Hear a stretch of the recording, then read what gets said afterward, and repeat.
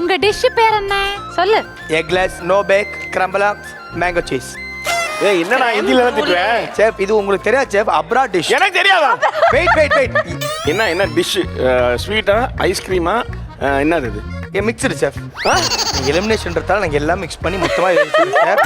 நீங்கள் ஒன்று பிடிக்கலான்னு ஒன்று வச்சுக்கலாம். கிளம்பர் சீஸ் வச்சா இதில் எதுனா கிளம்புருல அதுக்கு தான் செஃப் உட்கார வச்சு அவங்க தான் கண்டுபிடிக்கணும். என்கிட்ட கேட்குறேன் நக்கல்யா அவனுக்கு. எக்ஸலன்ட்மா, excellent. I really loved it. அவ்வளோ ஃப்ளஃபியாக இருக்கு. இந்த லேயர் இருக்கு இல்லைங்களா, என்ன எப்படி பண்ணீங்க அதை? க்ரீம் சீஸ், ஃப்ரூட் பியூரி, அப்புறம் விப்பிங் க்ரீம் மூணு மிக்ஸ் பண்ணீங்களா? மூணு வச்சா அப்படியே செட் ஆயிடும். செட் பண்ணி. சூப்பர்.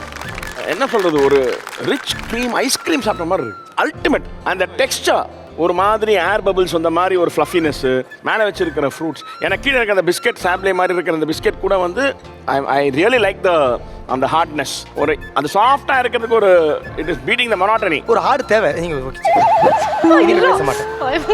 சரிங்க வா சாப்பிடு போ. ஐயோ நீ சொன்னது தானே அது?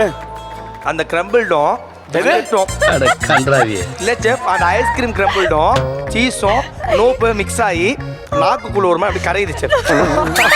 அப்படி இருக்கு டேஸ்ட். சரி டிஷ் பேர் என்ன? டேஸ்ட் சொல்ல முடியல வார்த்தை. அப்படி கரையுது. எப்படா